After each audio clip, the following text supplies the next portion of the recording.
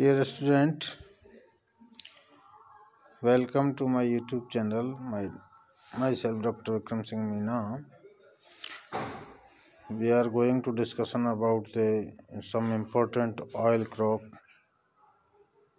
as per our syllabus in economic botany or utilization of plant BSc part 3rd. इनमें सबसे important जो तिलहनी फसलें हैं उनमें मूंगफली है, सरसों है और अन्य भी हैं, जिनमें से हम आज मूंगफली के बारे में चर्चा करते हैं। तो मूंगफली, जिसको हम अंग्रेजी में ग्राउंडनट कहते हैं, जिसका बॉटनिकल नाम एराकिस हाइपोजिया है और इसका कुल फैबेसी है। तो मूंगफली ब्राज़ील का प्राकृतिक पौधा है। नेटिवली मूंगफली ब्राज़ील की मानी जाती है, लेकिन इसे संपूर्ण अफ्रीका में व्यापक रूप से उगाया जाता है। आजकल इसकी खेती विश्व के सभी शीतोष्ण और उष्णकटिबंधीय क्षेत्रों में की जाती है। भारत भी मूंगफली का सबसे बड़ा उत्पादक देश है।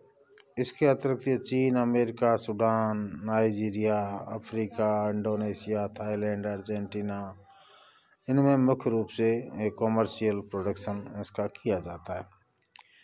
वानस्पतिक लक्षणों की बात करें बॉटनिकल कैरेक्टर ऑफ ग्राउंडनट में, तो ये एक कम वृद्धि वाला और वार्षिक शाक है। इसकी ऊंचाई 0.3 से 0.6 मीटर तक हो सकती है। इसका जो तरुण स्तंभ है वो सिलेंड्रिकल होता है, लेकिन मैच्योर होने के बाद ये एंगुलर हो जाता है। इसके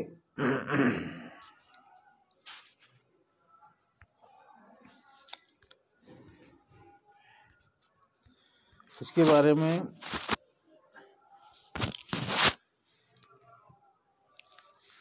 ये आपको पता होगा कि इसमें क्लिस्टोगेमी पाई जाती है, अर्थात उसमें पुष्प तो बाहर पाए जाते हैं, लेकिन निषेचन के बाद ये नीचे चले जाते हैं। जो मूंगफली का जो फल है वो ज़मीन में पाया जाता है। इसका फल लोमेंटम कहलाता है। ये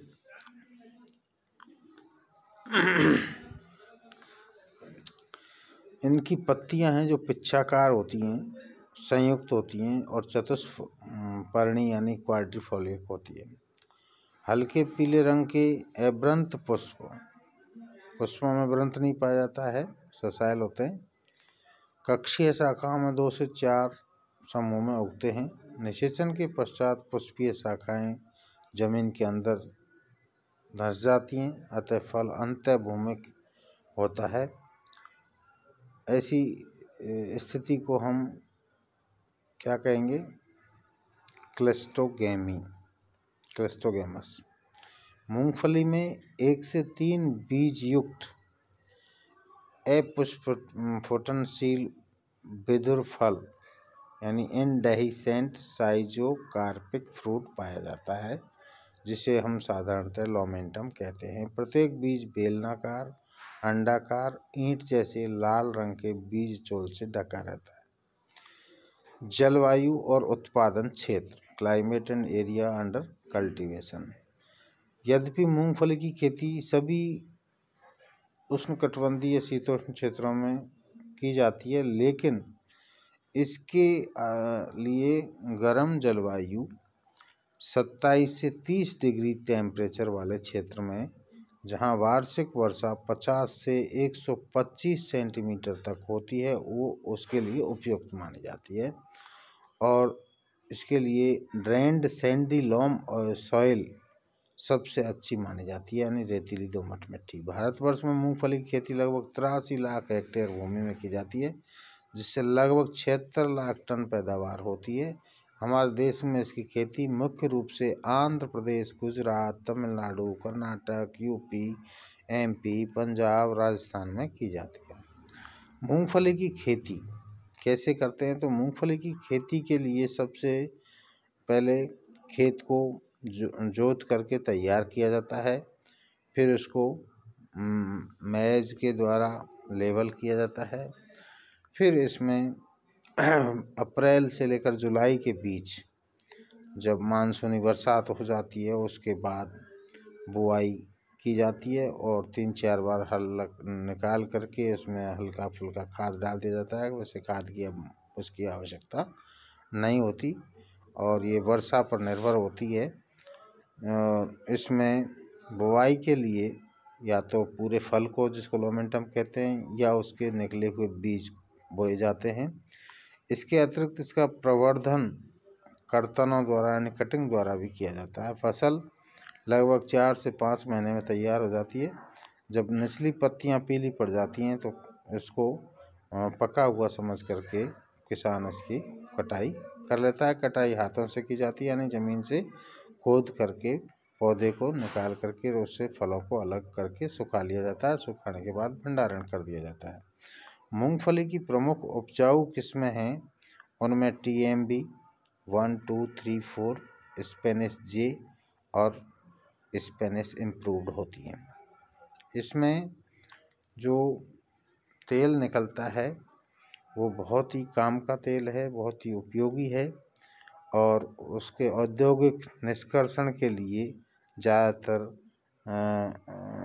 हाइड्रोलिक मशीनें काम में ली जाती हैं, एक्सपेलर वगैरह काम में लिए जाते हैं, जिनसे दाब की विधि द्वारा इसको अलग कर लिया जाता है। इसमें 40% से 50% तक तेल की मात्रा इसके बीच में पाई जाती है। मूंगफली के तेल में oleic acid, linolenic acid, palmitic acid और स्टेरिक एसिड एंड एराकेट एसिड नामक अम्ल पाए जाते हैं। इसमें यदि हम बात करें अन्य माइक्रो न्यूट्रिएंट की तो उसमें फास्फोरस और विटामिन्स जैसे राइबोफ्लेविन है, नियासिन है और थायमिन है, ये मुख्य रूप से पाए जाते हैं। इसका उपयोग, मूंगफली के तेल का उपयोग वैसे तो ये लैक्सेटिव होता है, एमोलिएंट होता है यानी त्वचा को मृदु करने वाला होता है और इसके अलावा मुख्य रूप से इसका खाना बनाने में उपयोग होता है और इसके डिहाइड्रेशन से वनस्पति घी का निर्माण भी किया जाता है और अन्य स्नेहक, साबुन उद्योग, प्रसाधन सामग्रियों में भी इसका इस्तेमाल किया जाता है। तेल निष्कासन के बाद में इसका बचा हुआ ऑयल केक जो होता है उसको खाद के रूप में या पशुओं को चराने के लिए या इंसानों को खाने के लिए भी कच्ची घानी के रूप में काम में लिया जाता है। अच्छी किस्म की खल, प्रोटीन और खनिज प्रचुर मात्रा में होते हैं, अतः इसे आटे में मिला करके पशुओं के और मनुष्यों के विभिन्न आहार भी तैयार किए जाते हैं।